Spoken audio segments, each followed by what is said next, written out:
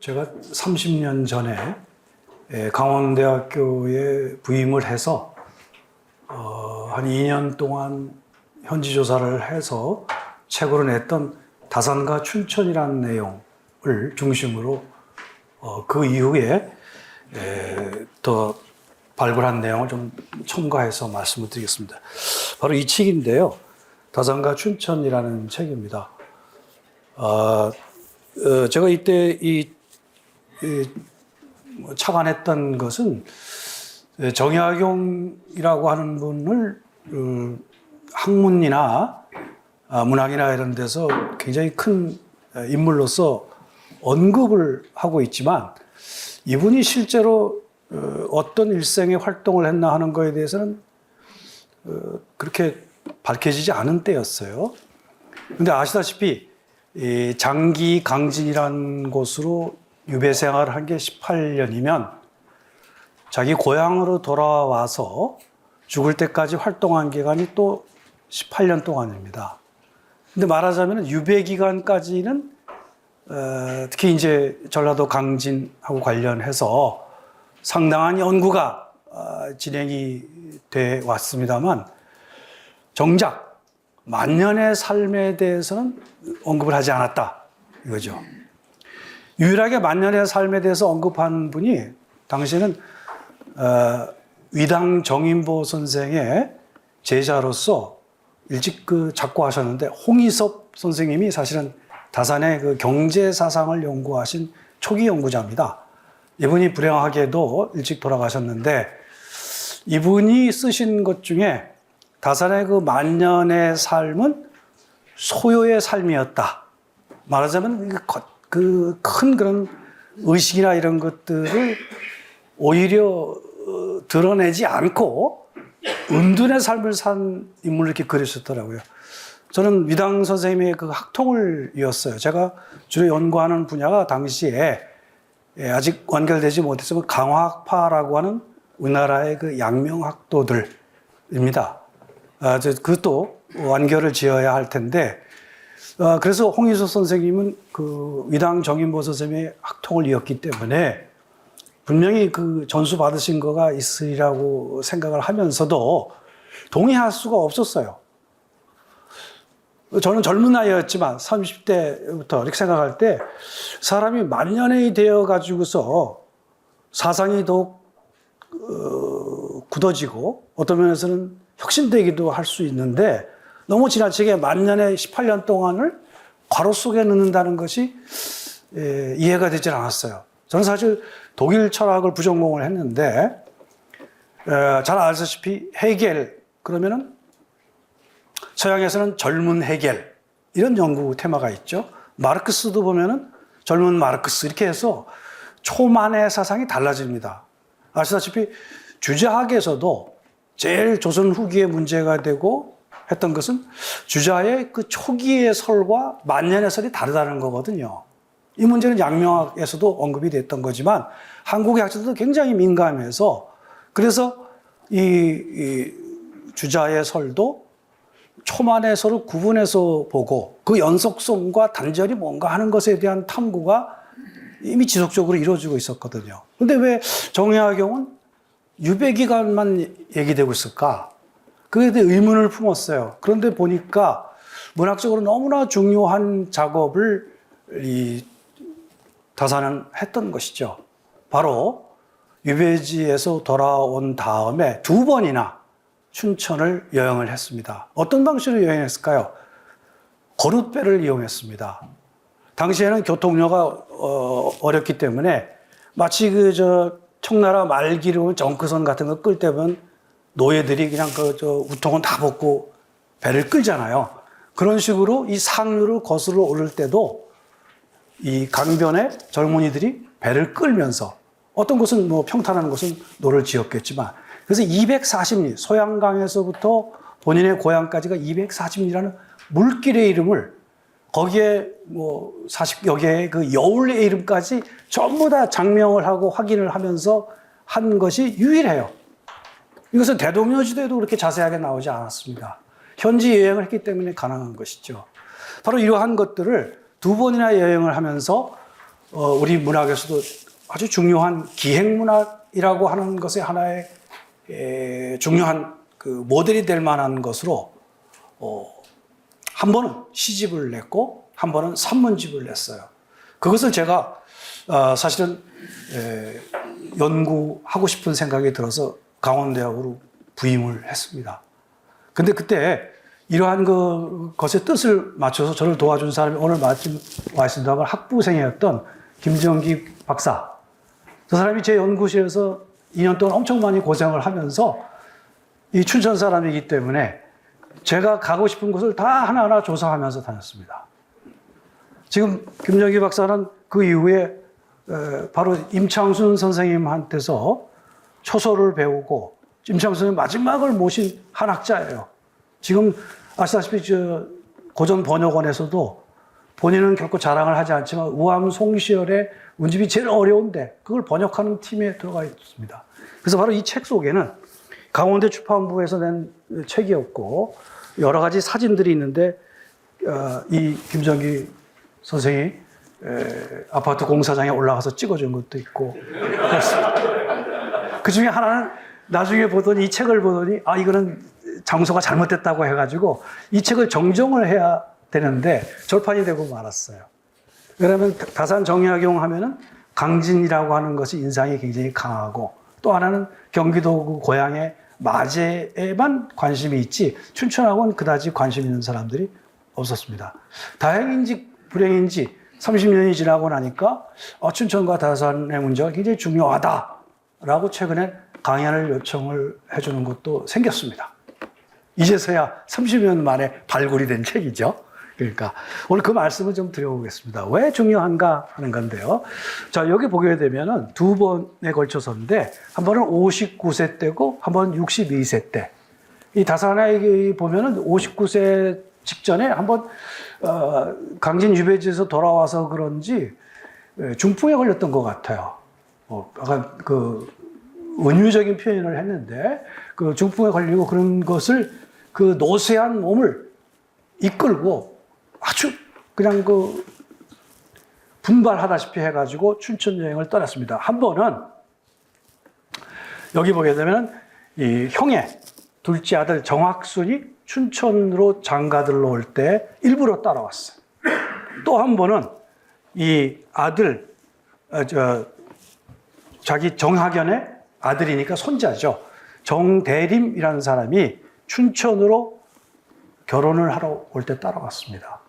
근데 이 결혼식장에는 가지 않고 가만히 보게 되면 이 소양정 아래에 거룻배를 놔두고 여행을 갔어요. 어디를 가보고 싶었느냐? 청평산, 이자연의 유적이죠, 고려 때. 이 청평산을 한 번은 가보고 또 하나는 지금은 화천에 소속되어 있지만 예전에 춘천도호부에 들어있던 화엄동, 바로 저 화학산 북쪽입니다.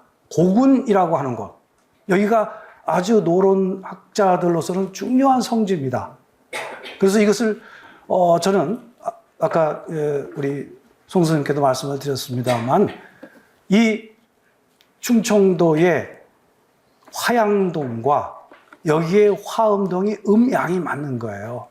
그리고 이 고군구곡을 가보시면 알겠습니다만 이 고군구곡이 우리나라의 주역의 원리를 가지고서 그 정원을 전부 다 만든 것이죠. 지금은 이제 아직 군부대가 많이 있기 때문에 거기에 수많은 각자들, 많은 사람들이 여기를 가면서 바위에다가 글을 새기고 이런 것에 대한 조사가 되어 있질 않아요. 저는 빨리 춘천시에서 그걸 해야 된다고 생각합니다. 금년인가요? 보니까 미국의 어느 학자가 저희는 가볼 수 없는데 금강산에 가가지고 여성 학자인데 금강산에 새겨져 있는 그 각자들, 시도 있고 이름만 있는 것도 있잖아요. 이런 걸 전부 미국에서 책을 냈더라고요. 상도 받은 모양이에요. 우리는 가볼 수가 없는 곳은 뭐 어떻게 할 수가 없습니다만 춘천 근처에는 명소들로서 이분들이 온 것이 많다. 근데 다산 정약용은 당색으로는 남인이지만 이 노론 해가지고 이것을 배격한 것이 아니고 그것을 가보고 싶었어요. 제가 아마 책에다 썼습니다만은 소양장에서부터는 늙은 암마를 타고 가고 어떤 사람은 노새를 타고 갔어요. 말을 탄다는 건 불가능하니까. 저도 우리 김정기 박사하고 그 조사를 하러 갈 때 보니까 굉장히 험악한 곳이어가지고 지금은 많이 개발됐으리라고 생각이 됩니다만 고군 구곡을 하나하나 비정하는 것도 굉장히 어려웠습니다. 그러나 미술사를 하시는 분은 금방 알겠지만 조선 후기의 고군 구곡도가 굉장히 중요한 그림이기 때문에 국립중앙박물관에도 있고 여기 아마 춘천 쪽에도 있을 텐데 어떤 것이 모사품이고 어떤 것이 본품인지 모를 정도로 아직 연구가 완벽하게 돼 있지 않아요. 그리고 우리나라 시들이라고 하는 것은 그림이라고 하는 것은 그림으로 끝나는 것이 종합예술이거든요. 반드시 거기에는 시가 있습니다. 문이 있습니다. 이런 것들이 종합적으로 연구를 해야 돼요. 문화라고 하는 것에 대한 관심으로 지금 이 세계는 바뀌고 있어요. 인문학이. 그리고 AI가 될 때 우리가 할 수 있는 것들은 뭐냐? 그런 문화적인 콘텐츠를 서로 관련을 맺어주는 거예요.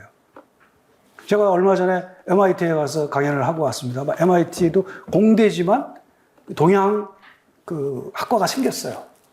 근데 거기에 마침 하버드 대학의 출신의 여교수가 오랜 연분이 있어서 작년에도 갔고 금년에도 갔습니다만 지금 벌써 세계에서 이 동양학에 대한 관심, 특히 우리 송 관장님이 말씀하셨다면 제일 중요한 것이 한자로 되어진 이런 것의 그 공통성과 차별성이거든요. 이것이 굉장히 초미의 관심이에요. 특히 한국의 한자로 된 문화라고 하는 것은 굉장히 유산도 풍부할 뿐만 아니라 일본과 중국과도 전혀 다른 모습을 가지고 있습니다. 단순한 우리는 이식이 아닙니다. 저는 이런 얘기를 해요. 공대인 동생이 얘기하는데 이런 얘기를 합니다. 한국 사람들은 모디파이가 뛰어나다. 사실 그런 것 같아요. 이 한문이라고 하는 것이 기본적으로는 중국에서 문장이 성립됐을지 모르지만 그것을 수용해서 중국 한문도 우리가 쓰지만은 한국 한문이 있습니다. 또 저는 요새 과거의 답안지 이런 것을 연구를 많이 하고 있는데 이런 것들은 중국 사람들의 문장하고 달라요. 한시 형식도 달라요. 이런 그 응용에 대해서 우리는 주체적으로 이렇게 생각을 해야 될 때가 되지 않았는가. 이걸 춘천에서 좀 기폭이 좀 됐으면 좋겠다. 그런 의미에서 이 여행의 의미도 되살려 볼 필요가 있다는 겁니다. 아무튼 첫 번째 목적은 혼사였지만은 이것도 어느 집안하고 했냐 이런 것들도 굉장히 중요하지만 일단 혼사라고 하는 목적을 했지만 다산의 목적은 그것은 아니었습니다. 뭐냐, 두 가지 이 사람한테는 궁금한 것이었어요. 강진위배 시절에 아방강역고라는 걸 편찬했죠. 우리나라의 강역을 다산정약용이라는 사람은 역사책을 쓰지 않았어요. 왜냐하면 이 사람은 역사지리학을 한 사람이에요. 그래서 우리나라의 국토의 강역이 어떻게 되어 있냐라고 하는 책을 쓴 게 아방강역고거든요. 근데 이것은 다산이 사실은 누구에게서 많이 배웠냐? 성호이익에서 배운 겁니다. 성호이익이라는 분도 역사책을 쓰지 않았어요. 근데 성호사설에서 들고 있는 거 뭐냐면 백두산부터 시작을 해가지고 우리나라 각국의 그 고대 국가의 강역이 어디냐 이거에 대한 논문을 쓰고 있는 거거든요. 저는 이것을 굉장히 현대적이라고 봐요. 역사지리학. 사실은 세계에서 선진국이라고 하는 데가 가장 발달한 데는 뭐가 있어야 되냐면 지리학과하고 문헌학과가 있어야 되는 거예요. 그런데 이 역사지리학은 우리 다 한문을 써 있잖아요. 제가 아까 이 건물을 들어오면서도 보니까 서울대학에 있는 거지만 18세기 해동지도인가 지도가 있더라고요. 다 한문으로 돼 있어요. 거긴 더군다나 우리나라식 약자, 중국의 가나자는 그 약자인데 이 약자에 대한 연구도 안 돼 있어. 맞아, 폰트가 다른 거예요. 이 다른 폰트를 어떻게 시대적으로 연구하느냐 또는 분야별 연구한 이런 걸 해야 되는데 바로 다산정약용은 제일 주저가 왜 이 사람이 역사에 대한 책을 안 썼을까? 우리가 사찬사서라고 하지 않습니까? 국가에서 만든 역사서가 아니라 개인이 만든 역사서를 대가들을 쓸 텐데 왜 역사서를 안 썼을까? 역사가 아니라 이 사람은 공간이라는 걸 중요시했다. 그것이 바로 역사지리학입니다. 서구에만 역사지리학이 있는 게 아니라 이미 우리가 역사지리학을 한 거예요. 그래서 강역고에 대한 책을 썼는데 이분의 궁금한 건 뭐냐 하면 여행을 하지 많이 못했어요. 사실 중국의 사신으로 갔다 오고 그래서 요동도 보게 되고 압록강도 알게 되고 할 텐데 다산 정약용의 불행한 점은 그 사신으로 나간 적이 없다. 말하자면 이 우리나라를 바깥으로 나가본 적이 없다는 거. 그 유배지라고 하는 것도 남쪽 한계가 있죠. 그 다음에 북쪽 곡산도 호부, 황해도 쪽밖에는 못 가봤어요. 묘양산도 못 가봤어요. 이러한 것 속에서 결국은 중국에 있는 문헌들을 전부 다 종합을 해가지고 어디가 한국의 가장 핵심입니까? 한강이라고 본 겁니다. 북한강. 그 다산의 생가가 어디서 옵니까? 한강가에 있잖아요. 그죠? 그 다산의 사상을 우리가 이해할 때는 머릿속에 한강이라는 걸 생각을 해야 돼요. 이 사람은 늘 한강 생각하고 있는 거예요. 강진에서도 가장 그리워했던 것이 뭐냐면 그 한강입니다. 그리고 이 수로라고 하는 걸 통해 가지고 이분의 그 조상들의 선영들이 어디 있었습니까? 충주에 있었잖아요. 이걸 다 어떻게 했습니까? 배를 타고 다녔잖아요. 그 북한강 쪽으로도 춘천도 배를 타고 오고 싶고 이 한강의 근원이 어딘가를 알고 싶었어요. 근데 자기가 실제 조사한 적은 없단 말이에요. 문헌상으로만 했지. 문헌상에 한계가 있다. 이것이 첫 번째 답사를 해야 되겠다는 생각을 끊임없이 가지고 있던 겁니다. 그래서 이 아방강역교에서 못 썼던 이 한강에 대한 역사를 이 두 번의 답사를 끝난 다음에 산수심원기, 이 산자는 이제 좀 이따 말씀드릴 중국 한자의 발음은 선인데 다산은 아마 산이라고 읽었을 것 같아요. 산수라고 하는 것을 북한강이라고 봤어요. 그래서 산수의 심원기라고 하는 아예 책을 썼어요. 이거 아주 매우 중요한 겁니다. 역사지리의 그 결정판이죠. 물론 그것은 현대 조사해 보면 맞지 않을 수도 있겠지만은 자신이 볼 수 있는 문헌을 다 모아가지고 한강의 역사를 쓴 거죠. 그 다음에 두 번째는 뭐냐 하면 공간성과 함께 시간성이 중요합니다. 시간성이라고 하는 것, 우리가 얼마나 장구한 역사를 가졌는가, 이 역사의 시몬이 어디냐, 이 춘천이라는 것을 굉장히 다산정약용은 맥국이 아니라고 봤어요. 맥국이라고 하는 설은 우리가 춘천 맥국설이 굉장히 오랫동안 있지 않습니까? 고려사에 써 있어요. 춘천이 맥국의 땅이다. 말하자면 이민족의 땅이었다는 거죠. 다산이 생각하기엔. 근데 우리의 민족의 구성으로 볼 때는 한민족인데 삼한의 한자죠. 여기 춘천이 맥이었다고 한다면 여기까지 이민족이 지배했느냐. 다산은 이걸 부정을 했어요. 그래서 이것을 맥국의 특징이라고 하는 것은 뭐냐면 맹자의 주석에 보게 되면 뭐라고 하냐면 아주 동토, 얼어붙은 땅이기 때문에 발생이 늦다. 봄에 말하자면 초복이 피어나는 게 늦다. 추워서. 그 다음에 얼음은 세치, 3천이나 된다. 근데 이걸 확인해보고 싶었는데 제가 요새 보니까 서거정이라는 사람도 그 의문을 가졌더라고요. 근데 이 정약용은 이걸 답사를 와가지고 여기가 얼어붙은 동토가 아니라는 거예요. 춘천이란 말 자체가 가지고 있는 그 따뜻함이 있지 않습니까? 소양강이라는 강 이름도 있고.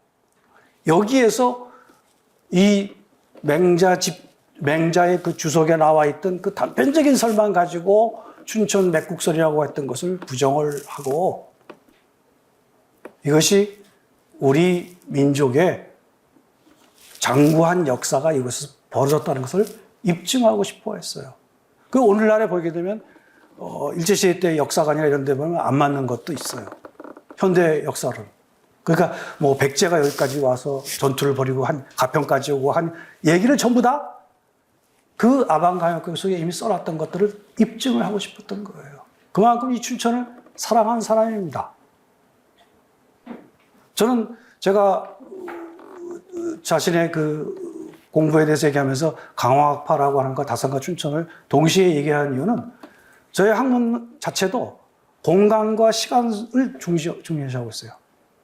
시간이라고 하는 것은 어느 학파에, 강화학파라고 하는 당시에는 알려지지 않았던 우리나라의 마이너한 학파지만은 이 진보적인 학자들, 이 사람들을 학맥을 시간 계열 속에서 연구하고 싶었고 다산과 춘천을 통해서 이 국토의 그 공간성을 어떻게 확보하고 있냐 이것을 제가 두 테마로 지금까지 삼고 있는 겁니다.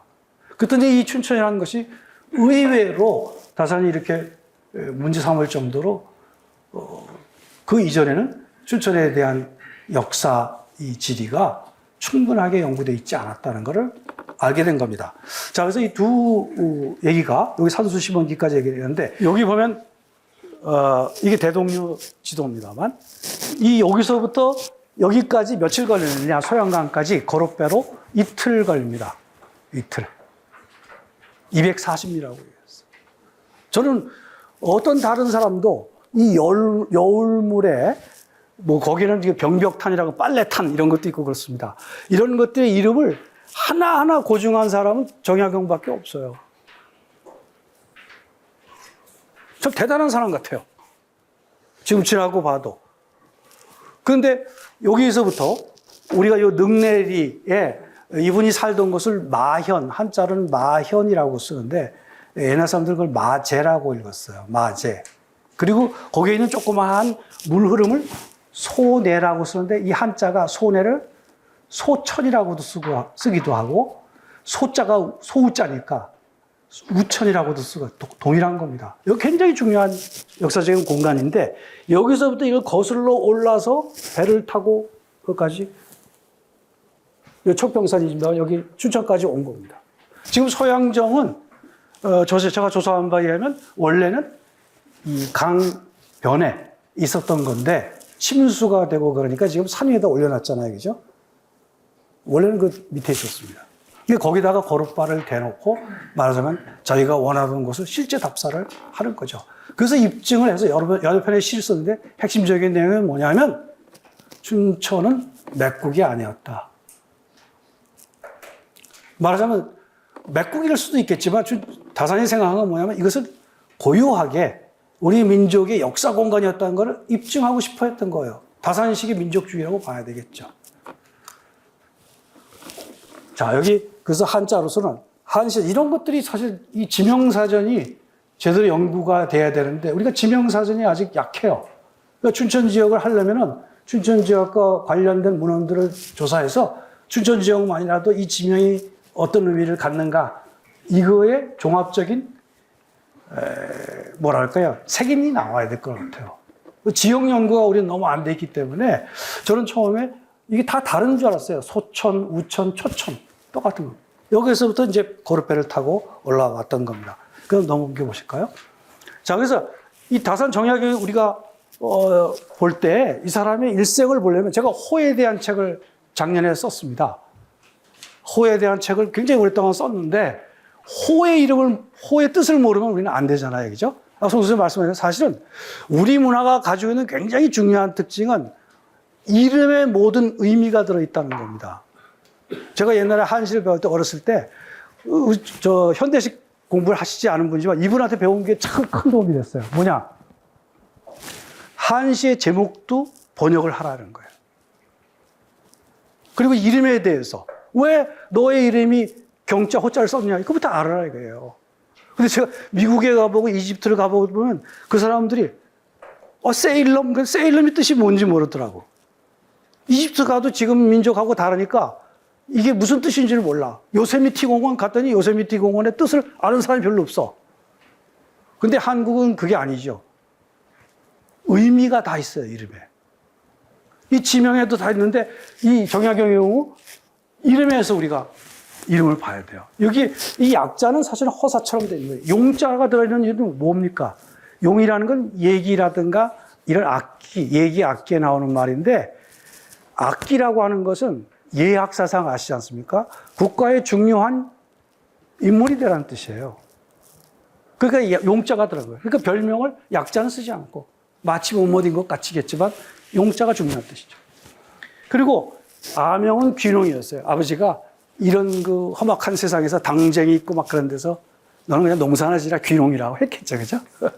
근데 이 호가 중요합니다. 가장 좋아하는 호 중에는 여유라는 거죠. 여유. 여기서 이제 많이 밝혀졌어요. 여유당이 지금 능내리 감 있잖아요. 그죠? 여유라는 말은 노자에서 나온 말입니다. 여유라는 말은 노자에서는 마치 여와 유가 짐승처럼 해석이 돼 있어요. 근데 그게 아니라 여유는 그냥 두 가지가 한자도 마찬가지로 하나하나 글자 뜻이 있는 게 아니라 음성적으로 관련이 있어요. 여유라는 것은 우리가 주저주저한다는 뜻입니다. 너무 나대지 말자 이런 얘기예요. 호의 뜻은 대개가 자기 성격을 교정하는 뜻을 많이 갖습니다. 내가 성격이 급하기 때문에 오히려 주저주저하자. 그래서 여유단기를 남기게 되는데 이 사람은 거기에 보면 뭐냐면 너무 나대가지고서 뭐 비판도 하고 누구 탄핵도 하고 이런 것들을 하다 보니까 나도 피곤해. 이제 앞으로는 좀 주저주저하자. 뜻의 여유당이라는 말을 쓴 거예요. 사실 그 말은 거꾸로 보면은 강직하게 살아왔다는 자부심도 되겠죠. 그죠? 그래서 여유라는 말이 중요한 겁니다. 근데 이걸 봤더니 제가 최근에 사실은 성호사설에 대한 책도 집필을 다 했는데 두 책으로 내년쯤에 나올 겁니다만 교정을 보고 있는데 바로 그러한 그 여유란 뜻이 두 글자가 음성적으로 관련이 있고 우리가 주저주저 하는 말도 그래요. 주자가 저자가 어떻게 쓰는 거를 알 필요가 없어. 다 한자어예요. 그리고 소유한다는 말도 다 그러고 음성적인 거예요. 그런데 이 여유라는 말이 바로 주저주저하고 멈칫멈칫한다는 뜻이라는 것을 성호사설에 얘기를 하고 있더라고요. 다산 정의학 경우 사실 성호사설을 깊이 있게 읽었어요. 원래 우리가 성호사설 이제 위대한 책으로만 알고 있지 거기에 어떤 내용이 있는지를 아는 분들은 고전은 잘 없는 것 같아요. 근데 다산은 그걸 철저하게 읽고 이 책이 내용이 좋지만은 체계가 없다. 미셀러니의 집합이니까. 그래서 그거를 얘기하는 거예요. 자꾸 체계. 자기는 체계를 갖겠다. 이 체계와 싸움이에요. 이 사람의 학문은. 그 사암이라는 건 사는 기다릴 사자죠. 그죠? 앞으로 좋은 시대가 도래할 거야. 이 다산이라고 하는 것은 강진에서만 사용했던 건데 사실은 후대 사람들은 강진만이 아니라 다산의 일반적인 용어를 쓰고 있는 거죠. 원래 자신은 아마 타공이라든가 이런 태수, 대나무를 뜻하는 거죠. 이끼라든가.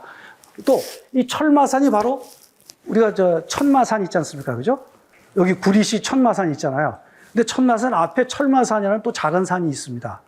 다산의 그 여유당 집이 있는 곳에. 그 철마산을 따가지고 철마산이라 그런 겁니다. 이런 여러 가지 호를 사용했는데 가장 중요한 호를 사용한 것은 바로 열자가다라는 거다 하는 거예요. 오늘 제가 말씀드린 열. 이 열이라는 것은 바로 한강을 열수라고 봤어요. 이것이 바로 다산의 역사지리학의 특징이자 어떤 면에서 또 한계이기도 하다. 열수가 어디 있냐 하는 것은 굉장히 중요한 문제가 뭐냐 하면 고조선의 강역이 어디였나 하는 걸 우리가 잘 몰라요. 민족주의자는 이것을 만주라고 보는 거죠. 그죠? 그러니까 북한에서 나온 우리 역사 같은 서 같은 걸 보게 되면 요하 이쪽을 보고 있는 거예요. 근데 아까 말씀드린 다산은 불행하게도 요하를 가본 적이 없어요. 가봤으면 아마 다르게 생각할 수 있겠죠. 근데 우리나라 강토 안에서의 벌어진 역사를 갖다가 치밀하게 연구하고 싶으니까 이 한강을 중심에 놓고 본 거예요. 그래서 고조선의 중심을 열수라고 본 거죠. 이것은 그러니까 저는 무조건 비판할 것이 아니라 왜 이 사람은 이렇게 오류로 혹은 현대 관점과는 다른 거를 했나라는 것에 대한 연구라는 게 학문이지 무조건 틀렸다라고 하는 것은 아니라고 봐요. 다산은 치밀한 이유가 있어요. 우리 조선 반도라고 하는 것에서는 우리의 고유한 역사가 벌어진 오래된 강토라고 하는 것을 끊임없이 강조하고 싶었던 거예요. 아니 요하에만 해놓고 나면은 조선 반도에는 역사가 없잖아요. 고구려 백제 신라가 나오기 전까지는 400년대가 되기 전까지는 굉장히 무주공산이 돼버리잖아요. 이 다산은 그거를 우려했던 것 같아요. 모르겠어요. 다산이 살아나서 제 말에 동의할지는 모르겠는데 이 결국은 그와 같은 것이 있다. 그 다음에 이 사람이 시호가 없는 걸로 저는 옛날에 생각했는데 그게 아니라 문도라고 하는 시호를 받았어요. 언제 받았느냐? 순종 때. 이 고종이 상황이 될 때 상당히 많은 사람들이 시호를 받게 됩니다. 근데 재밌는 게 이 문도라는 시호를 받을 때 똑같은 문도라는 시호를 연안 박지원도 문도를 받았어요. 이 문이라는 거는 아무나 받지 못합니다. 근데 문의 뜻을 받으려면 한 7, 8가지가 있어요. 학문이 뛰어난 사람도 대부분이 들어가겠죠. 자, 그런데 이분의 학문적인 경력을 보려면 이 과거 시험의 경력을 잘 봐야 돼요. 우리나라 지금 사전이나 이런 데 지금 잘못되어 있는 것들이 뭐냐면 이 사람들이 우리나라는 중국이나 일본보다도 과거 시험이 굉장히 중요한 나라입니다. 과거에 의해서 문화가 결정되고 있어요. 국가의 시책이 거기 반영되기도 하고 그렇기 때문에 여기서 학문은 거기서 반발하는 우리는 왕권에 대한 연구가 없어. 간단히 얘기해서 역사에서도. 왕의 계승이나 이런 거는 하고 있지만 거기서 어떤 이데올로기를 구현했느냐 그리고 그것에 대해서 학자들이 문학자들이 어떻게 반발했냐는 종합적인 연구 이게 문화적인 연구인데 우리는 그게 사실은 굉장히 늦어요. 너무 저항적인 거, 너무 진보성 이런 것을 어떤 그 레테를 씌우는 것을 강조했기 때문에 사실 종합적인 과거 역사주의가 과거에 대한 그 역사적인 그 연구가 좀 불행하게도 없었다. 그래서 제가 최근에는 과거 시험에 대한 특히 문제가 어떤 거 시험에 나냐, 어떤 문제를 통해서 구현하려고 하냐. 근데 이분이 보게 되면 증강감시에서 경위로 생원시에 합격을 했어요. 진사시에 합격을 하지 못했습니다. 요거 진사와 생원은 다르다는 거 아시죠? 그죠? 생원의 경우는 경학에 굉장히 암기에 뛰어나고 간단한 논술 시험인데 진사가 되기 위해서는 시를 지어야 돼요. 이게 중국의 과거하고 우리나라하고 완전 차이가 그거예요. 중국의 과거에서는 시를 시험 보지 않았습니다. 조선 사람은 시를 지어야 돼요. 이게 한시라고 하는 게 그렇게 우리가 방대한 자료가 있고 시가 왜 중요하게 생각하느냐. 그 과거 시험 이후에도 일제까지도 사실 시를 한시를 못 지면 지식인으로 인정되지 않았어요. 저는 그 의미를 대학 때 몰랐어요.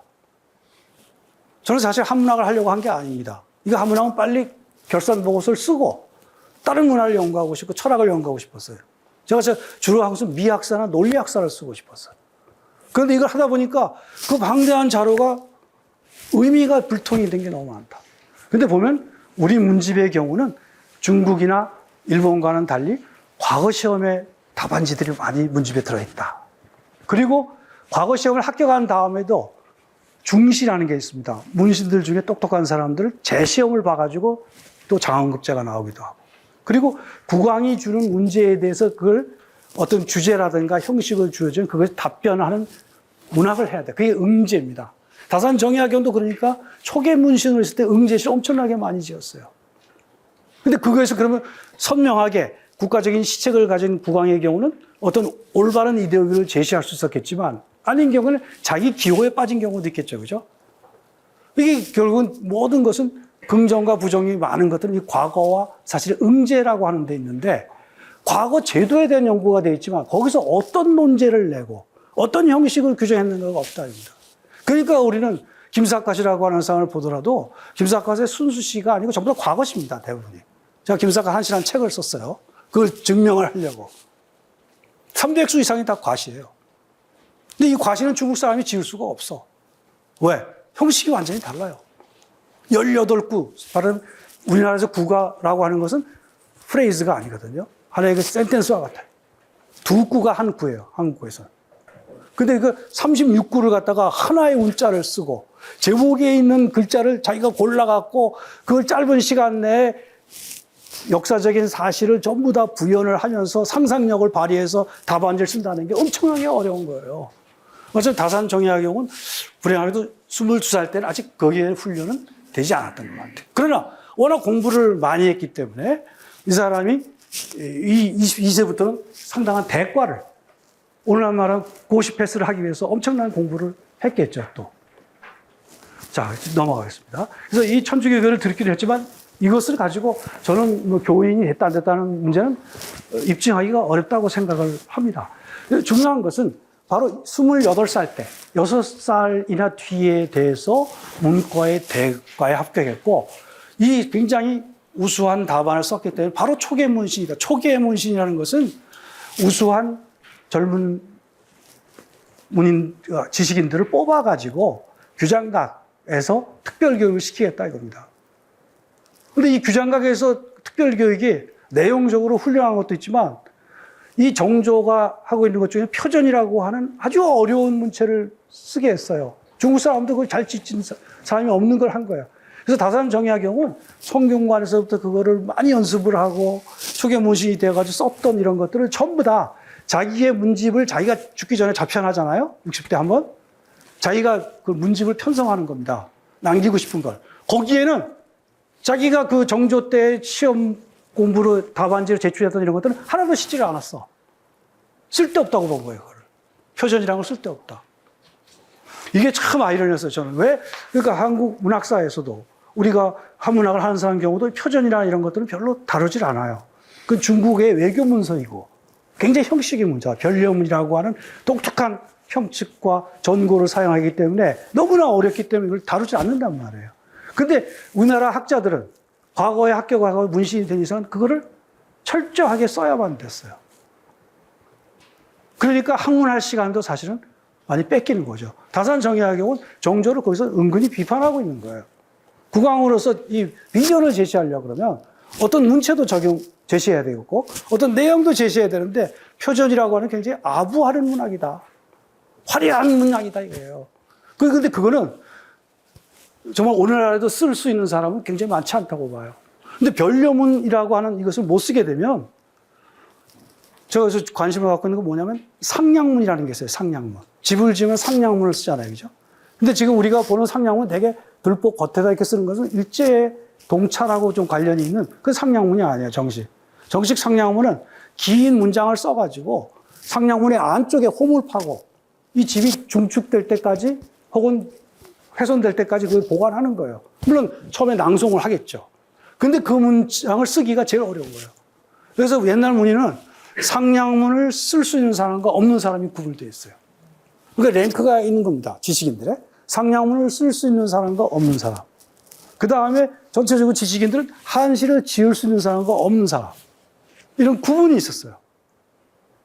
이 정약용은 그것을 다 쓸 수 있었지만 어쨌든 이러한 변려문이라는 것은 굉장히 불필요하다. 그러나 강진의 유배에 가서는 사찰을 위해서 또는 그 지방의 관할을 위해서 상냥문을 써줬죠. 그게 여전히 지배적인 문체로 작용하고 있던 겁니다. 저는 대학에서 라틴어를 가르치듯이 이러한 것들을 작문하는 부분을 가르쳐야지만 의미를 안다고 생각해요. 왜 그러냐? 우리나라 사람들은 한시를 못 지면 안 되기 때문에 한시를 못 하니까 문화적인 권력을 행사할 수가 없어요. 문화 지식인으로서 우선 아까 국왕이 하는 응제를 할 수 없고 그 다음에 이 지식인들 사이에 서로 수창이라고 하는 동료들끼리의 이런 모임을 가질 수가 없어요.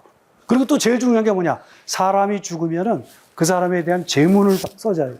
이 제문은 아무래도 운문이거든요. 이걸 못 쓰면 지식인이 아니에요. 지금 현대문학을 우리가 생각하면 안 돼요. 그러니까 그 문학이라는 범위는 굉장히 넓다. 서양에서 문학을 얘기하는 식으로 뭐 서정시, 뭐 서사시 정도가 아니에요. 시의 개념도 다양하고. 우리가 그런 풍부한 유산을 가지고 있는데 그것을 지금까지 다 제거해 놓고 우리의 역사에 맞지 않는 틀을 가지고서 문학을 생각을 하니까 문학의 범위가 왜소하고 왜 우리나라는 소설이 많이 없을까? 그 소설 속의 상상력을 과시를 쓸 때 사용을 하는 거거든요. 그러니까 다른 식으로 봐야 돼요. 우리가 없었던 것이 아니라 우리는 이쪽으로 왜 발달했냐. 이것은 우리가 중앙집권 체제라는 것과 관련이 있겠죠. 근데 이 다산의 경우는 중앙집권에 들어갈 수 있었던 것을 놓치고 말았어요. 그죠? 긴 유배 18년과 유배 뒤에 18년이라고 하는 것 속에서. 자, 그래서 여기선, 다 아시는 얘기입니다만은 이 정조가 급소한 이후 이제 반전이 되는 거죠. 뒤로 갑시다. 그래서, 여기 넘어가겠습니다. 자, 춘천에 얘기를 해야 되는데 아직 춘천에 들어가지도 않았네요. 그죠? 들어가세요.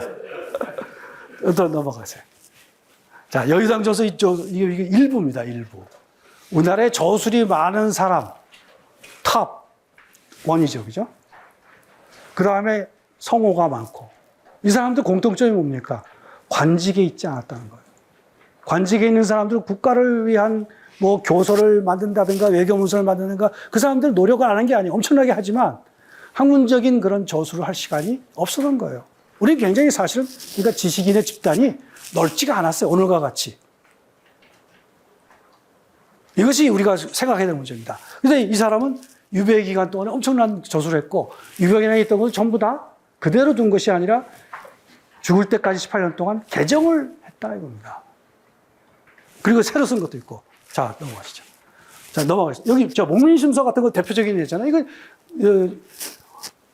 유배에 돌아와서 쓴 건데 여기 보면 이 목민심서가 아주 훌륭한 책이라는 건 다 아시잖아요. 근데 여기 보면은 이런 말을 하고 있어요. 타관은 가구나 목민지관은 불가구야라. 다른 관직은 구할 수가 있어. 즉 자기가 의도를 해가지고 뭐 뇌물을 주든 혹은 뭐 시험을 봐가지고 될 수가 있어. 목민관은 구할 수가 없다는 거야. 이건 뭐냐면 맹자는 천작의 관념이에요. 천작. 하늘이 주신 관작이라 이거예요. 이건 뭐냐 하면 덕망, 그 다음에 지도력 이런 모든 것을 갖춘 사람만이 목민관이 돼야 된다 이거예요. 원래 목민관은 관장이라는 데서는 천자도 목민관이라고 불렀어요. 근데 다산에게서는 지방관입니다. 이 사람이 유배를 가고 자기도 지방간을 정조 때 하면서 느낀 건 뭐냐 하면 첫 번째, 지방간의 교체가 너무 잦다는 겁니다. 원래 규정상은 3년을 한 다음에 내직을 가고 평가를 받아 다시 외직을 오고 하는 로테이션이 있는데 일단 지방을 가게 되면 전부 다 출세를 못해요.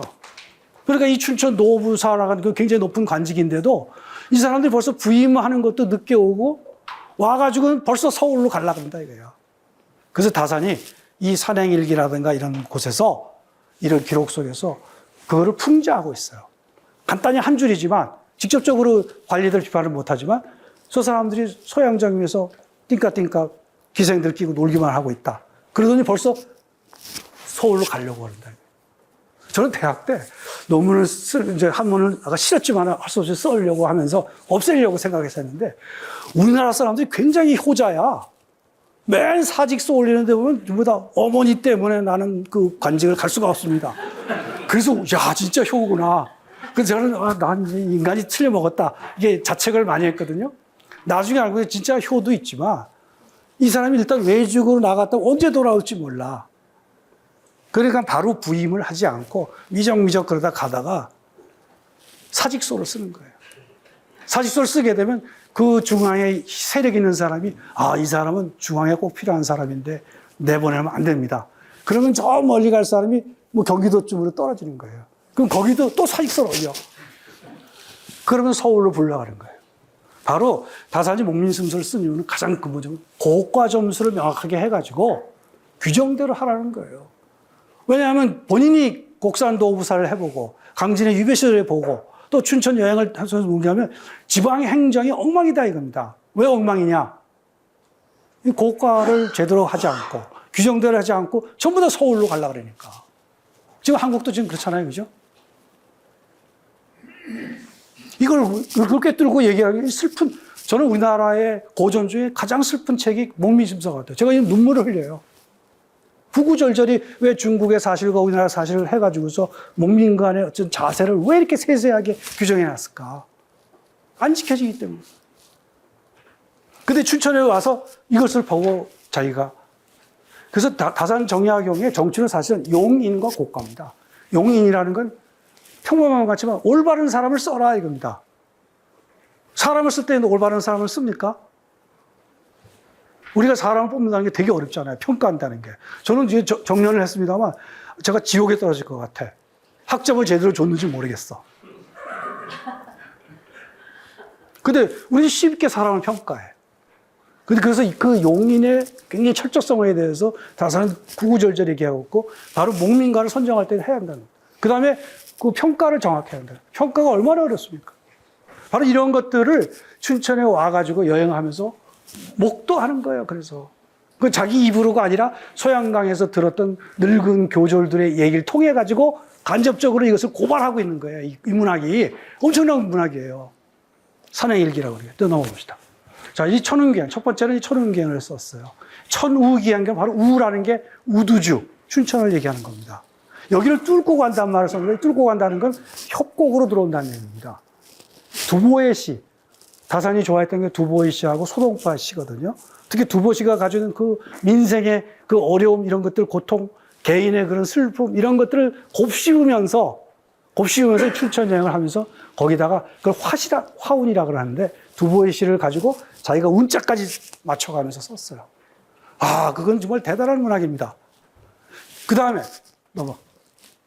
그래서 바로 두보의 이 시에서 뚫고 와서 파엽에서 무협을 뚫고 간다라는 천자를 쓴 겁니다. 왜 천자를 썼어요? 바로 협곡을 뚫고 간다. 자, 그 다음 할까요?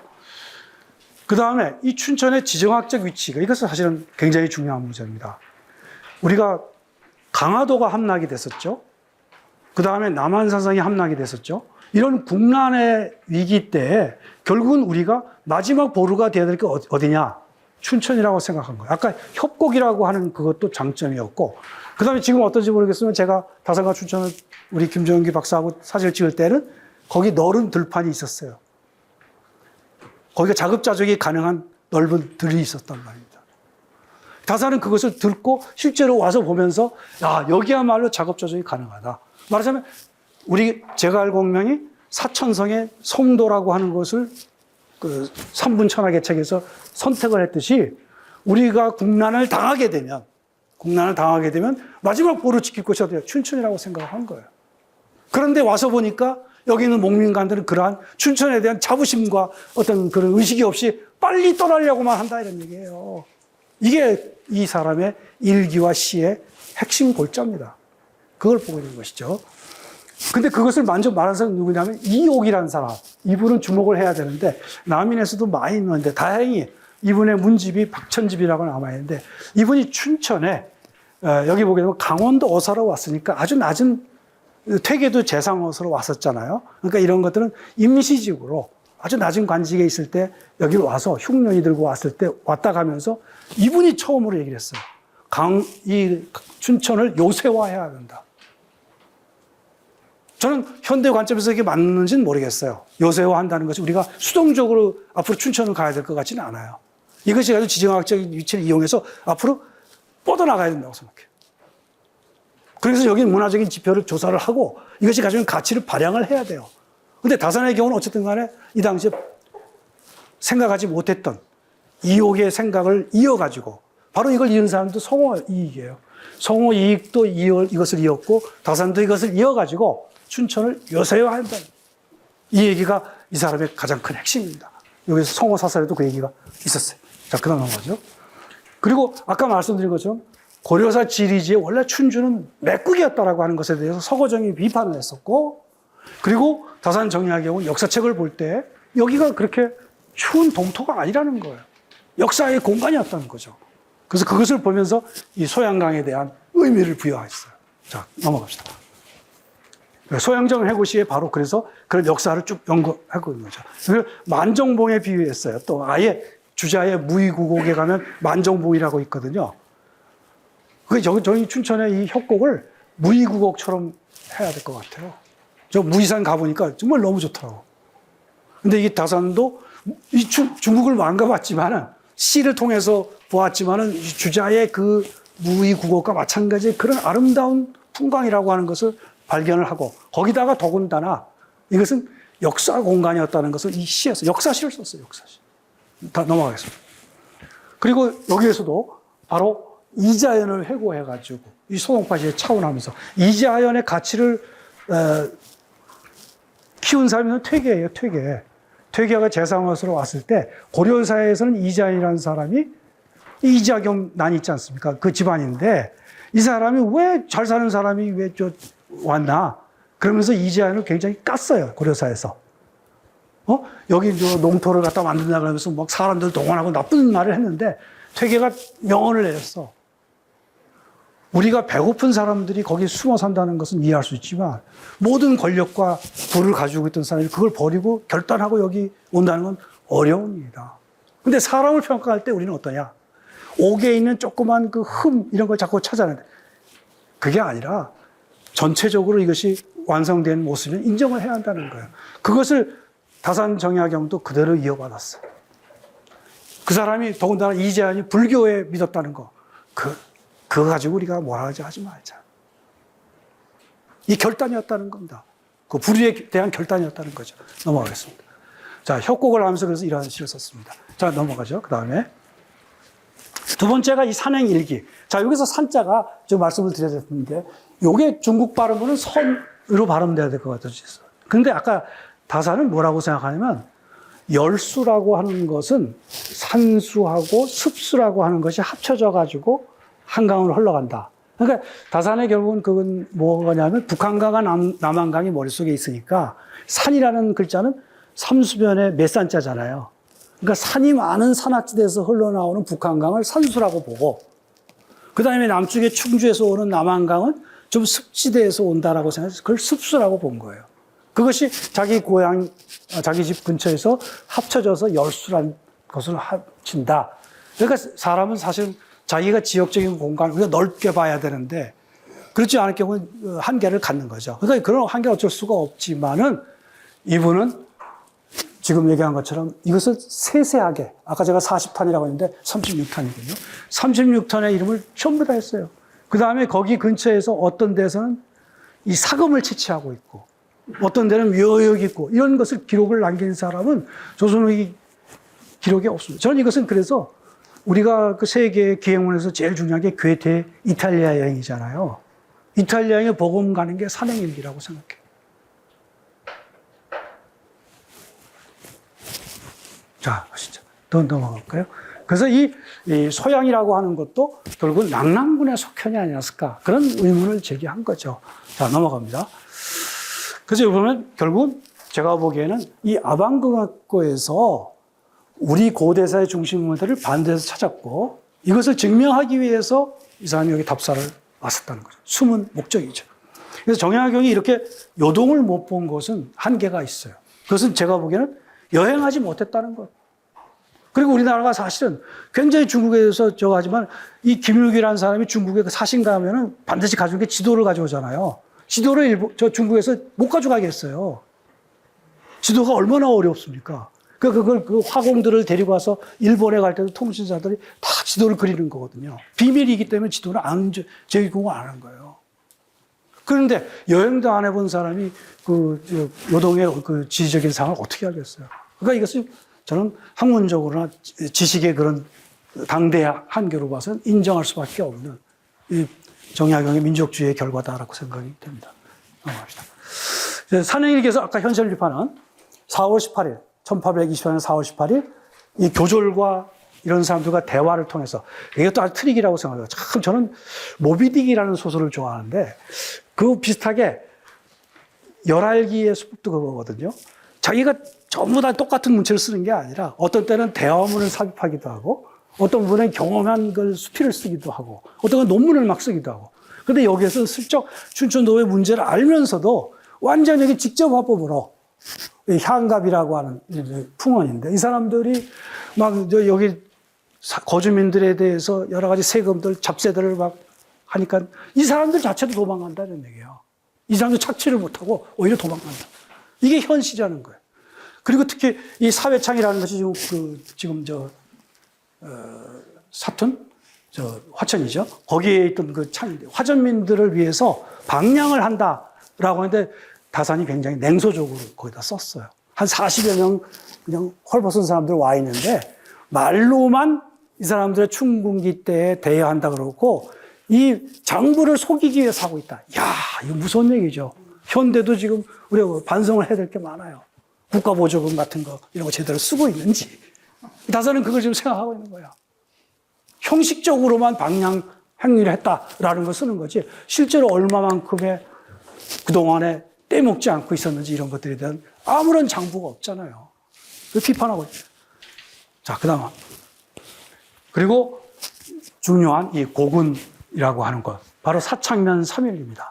이 김수중이라는 사람이 이것을 여기다가 하나의 우리나라의 별천지를 만들었어요. 한국에서 남북한을 통틀어서 가장 별천지가 거기인데 지금 아까 말씀 불행하게도 군부대가 들어있기 때문에 우리가 전모를 조사할 수가 없는데 시급하게 그걸 좀 전모를 살펴볼 필요가 있다. 그래서 여기에서 이게 주자에 무의정사가 운곡이라는 말이 있는데 이걸 뒤집어서 이걸 고군이다. 이렇게 바꾸고. 그래서 아시다시피 김수항이라든가 김수중이라든가 이 특유의 장동 김씨잖아요. 그죠? 안동 김씨 가운데, 신안동 가운데 장동 김씨, 서울에서 거처했던, 그래서 조선 후기에 사상사에서 굉장히 중요한 맥을 갖는 사람들. 이 사람들의 성지가 화천이었던 거예요. 여기 다산은 가보고 싶었어요. 근데 거기에는 바로 제갈공명을 모시고 그리고 김시습을 같이 모시고 있었던 영당이 있었어요. 이 제갈공명 이유는 바로 복수 설치. 송시열 이후에 우리가 병자호란 때 우리가 민족이 당했던 이것을 갖다가 어떻든 간에 회복을 해야 한다는 그런 의식 때문에 제갈공명의 화상을 모셨던 거고 김시습, 절의를 지켰던 김시습 화상을 한 거예요. 근데 저는 이 책에서 한 가지 실수한 것이 다른 사람들은 전부 다 김시습의 상에다가 절을 했는데 다산 정약용은 절을 안 하고 그걸 지켜봤다 이렇게 썼거든요. 그래서 저는 이게 김시습을 비판한 거라고 생각을 했어. 그랬더니 제가 최근에 매월당 전집을 번역을 하면서 보니까 김시습의 초상이 두 가지가 있는데 하나는 유학자의 모습이 있고 하나는 승려의 모습이 있어요. 근데 이쪽 사람들은 좀 더 너그러워서 이 장김들은 좀 약간 노론이지만은 상당히 좀 너그러운 사상가들이었거든요. 아무래도 서울 있고 여러 문물들 있고 그러니까. 그러니까 연행도 많이 하고 그랬으니까. 그러니까 이 사람들은 승려라도 좋다는. 이 사람이 그런 아까 조그만 흠 같은 거 볼 게 아니라 이 사람이 불의에 저항했던 김유습을 사랑했기 때문에 승려의 모습으로 초상화를 그렸던 것 같아요. 그런데 그걸 보고 승려의 모습이기 때문에 저를 할 수는 없다라고 다사는 생각했던 것 같아요. 김유습 자체를 부정한 것이 아니라. 그래서 그건 약간 정정을 하는데 아무튼 지금 그런 흔적들이 없죠. 그래서 여기에 재밌는 것이 이 사람들이 정했던 곡은 구곡이 있습니다. 우리나라 구곡이 많이 발달했잖아요. 구곡이 있는데 그 뒤에 넘어가시죠. 이 구곡을 정약용은 구곡을 이름도 바꾸는 거 어떤 것을 바꿨어요. 그러니까 지금 국립중앙박물관에 있는 그림의 고군 구곡과 다산 정약용이 설정했던 구곡이 어떻게 다른가를 대조적으로 하면 굉장히 재밌을 것 같아요. 근데 왜 이렇게 바뀌었냐? 재밌는 게 아까 용인론이라고 했잖아요. 다산의 머릿속에. 마치 경승지도 저 9개에 들어가지 못할 자격이 없는 놈이 들어가 있다 이거예요. 이걸 뺀다 이런 얘기예요. 마치 정부 고위 관료 중에 자격이 없는 놈이 들어간 거 마찬가지로. 대학 교수 중에 제대로 자격이 없는 놈이 들어가는 거 마찬가지로. 정약용은 그 이야기를 하고 싶은 거예요. 경승지를 뽑으려도 그렇다. 그래서 이게 과감하게 남이 했던 9개의 구곡을 바꾼 예는 우리나라에 제가 다산밖에 없어요. 굉장히 날카로운 정치 비판을 미학론에다가 집어넣은 거죠. 미학론에 들어갑시다. 자, 이래서 이거 방학에만 했는데 이 고군에 아마 이런 것 같아요. 자, 그리고 이 지명을 고증했다 하는 거 넘어가겠습니다. 자, 이제 그 끝입니다. 바로 이 산수시몬기라는 걸 마지막으로 제자를 시켜서 정리하게 했는데 한강의 기원, 지류 이런 것들을 문헌을 가지고 전부 다 조사한 거죠. 최초의 한강에 대한 종합 보고서를 한 거예요. 아까 말했던 다산 정약이 하려고 했던 학문의 역사학이라는 것은 지리 공간과 연관이 있다는 거. 이거를 구현한 책이 산수시몬기, 아방강역과 산수. 원래는 대동수경이라는 걸 했었죠. 근데 한강은 다 조사를 못 했었거든. 자, 그 다음에 하죠. 자, 근데 마지막에 이제 끝입니다.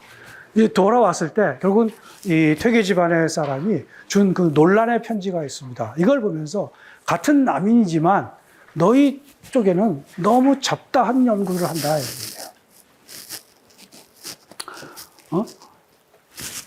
이런 그 잡다한 연구를 하고 있다. 이것이 바로 새로운 세계를 보는 사람과 그렇지 않은 사람의 차이가 있는 것 같아요. 다산은 굉장히 박학가입니다. 우리가 공부를 한다는 건 문사철이 종합되어야 하는 것이지 한국학은 결코 뭐 국문학만 하든가 철학만 한다고 해서 될 수가 없어요. 퇴계라고 하는 사람이 굉장한 시인이잖아요. 그죠? 시를 통해서 철학을 다 구현했잖아요. 다산은 시를 통해서 역사를 구현했고. 그래서 이런 종합학문에 현대 학문은 지금 문화학이라고 하는 것이 지금 세계적으로 제가 MIT 예를 들었는데 문이라는 범위도 굉장히 넓게 생각을 해야 돼요. 근데 언제까지 우리가 경성제에 대해서 했던 문의 개념, 좁은 근대에 일본을 통해서 도입된 그런 개념으로 문학을 한정하겠습니까? 문학 콘텐츠라는 것이 바로 그런 의미로 가야 한다. 근데 우리는 아직까지 조사되어 있는 것들이 너무 없다. 이 다산 정약용만 하더라도 이와 같은 연구가 굉장히 부족하다. 그 영남학자들과는 조금 다르게 생각을 했어요. 요거보다 앞서서는 사실은 퇴계학파에 대한 비판이 있는데 중요한 논쟁이 있습니다. 우리나라 논쟁사가 없어. 과거에도 다 논쟁사가 있는 거거든요. 이기로 논쟁만이 아니라 그런 논쟁사를 써야 돼요. 논리학사에서. 첨예한 대립이 있단 말이에요. 근데 정약용은 보게 되면 저는 아까 얘기한 대로 중풍도 걸릴 것 같았고 귀국해서 여러 번 정치에 다 들어가고 싶었지만 이미 반대파들의 저지에 의해서 정치에 못 나갔어요. 굉장히 슬펐지만은 그 슬픔을 이기고 여기까지 답사를 왔던 사람이에요.